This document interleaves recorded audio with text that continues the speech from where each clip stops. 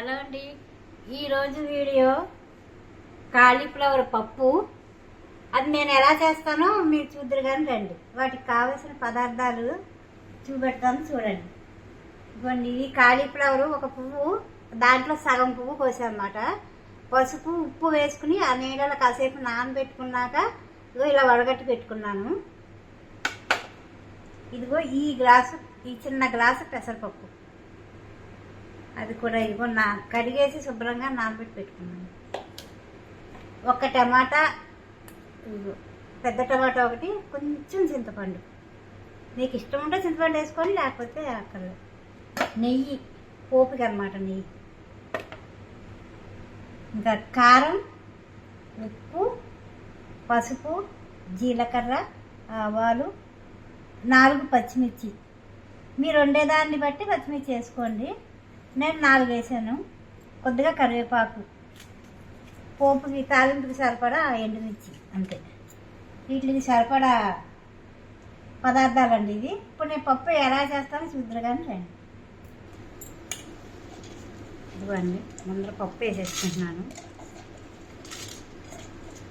నేను అట్టుకుంటాను.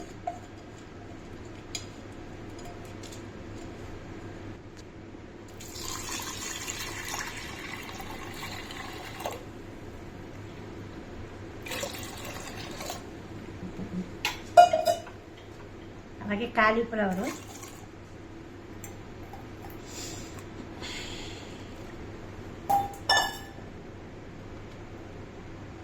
చింతపండు తర్వాత తీసుకోవచ్చు, టమాటా,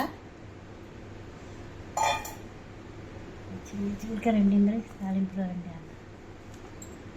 తాలింపులో మళ్ళీ వేస్తాను. పసుపు వేయడం, ఇదిగోండి పసుపు, అంతే. ఇవి వేసి కుక్కర్ పెట్టేయడమే. కుక్కర్ పెట్టేసి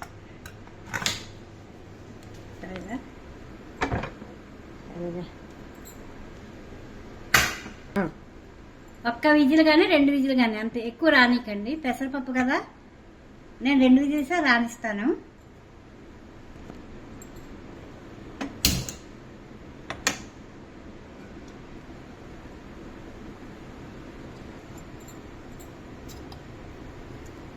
చూసారు కదండి, ఇవి నెయ్యి వేసుకుంటాను. నేను నెయ్యి పప్పు పెడతాను. మీరు కావాలంటే నూనె వేసి పెట్టుకోండి.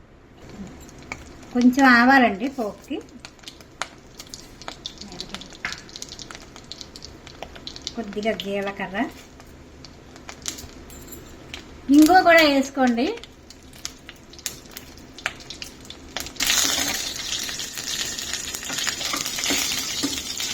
కొన్ని పచ్చిమిర్చి కూడా వేస్తాను.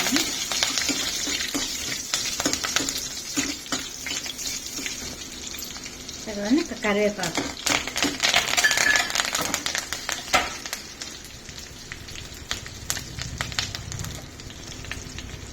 సరిపడా కారం అండి.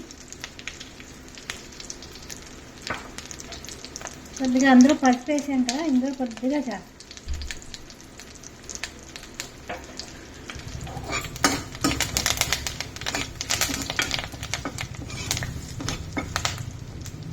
చింతపండు నీళ్ళండి, నేను పలుచగా కలుపుకున్నాను.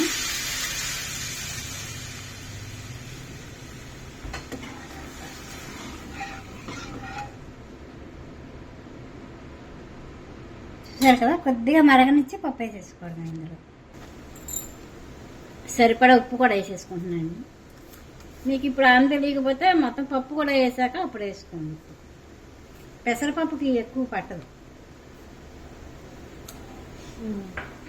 అండి. ఇదిగో పప్పు, టమాటా, కాలీఫ్లవర్ వేసి ఉడకపెట్టిన పప్పు.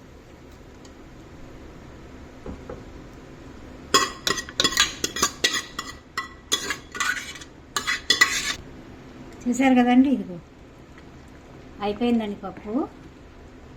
ఒక 5 నిమిషాలు కూడా అక్కర్లేదు, వేసాక మరగొట్టేసి తీసేసుకోవడం.